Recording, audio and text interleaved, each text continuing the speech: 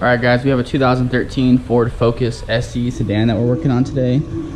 It's my fiance's car. Check engine light's been on for a bad cat.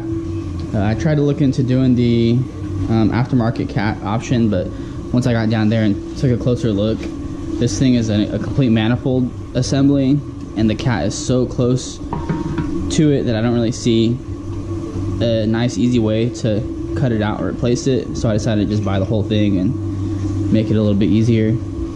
Got the gasket right there. We're also knocking out a couple other things I might include in the video.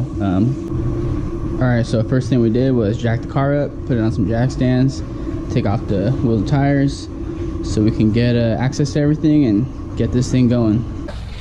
This little crossman bracket taken off, kind of open up some space. So here's a little update for you guys. We had to take off the under piece to the cowl, the part that's not so flexible. Took off these two covers, a couple of bolts.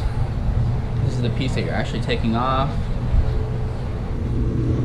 Once that's open, you're able to get down there and start taking off the bolts to the heat shield cover.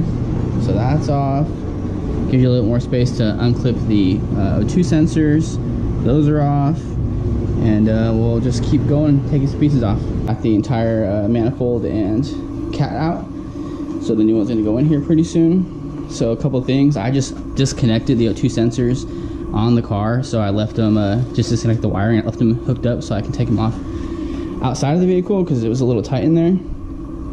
Other pointer is you definitely need to undo this motor mount. There's not enough space with just this cowl taken apart or taken off.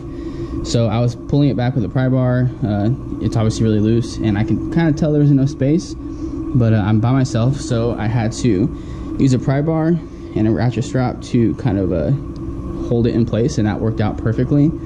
The bottom exhaust hanger bracket kept getting hung up on that little heat shield down there, so I had to kind of like get underneath there, move it for a second, get back up here, move it again to get it out. But it only took a couple minutes after figuring out this little trick right here. If you have help, it's probably easier to just have somebody hold it for you for a sec. Just watch your hands. Alright, so got the heat shield back in. It's kind of dark. So what I had to do is that top O2 sensor, I had to open up the heat shield hole just a little bit to get everything to line up easily. This cat is aftermarket. I think I got it from, I can't remember the company name, but I got it from carid.com. Rock Auto sells the same one.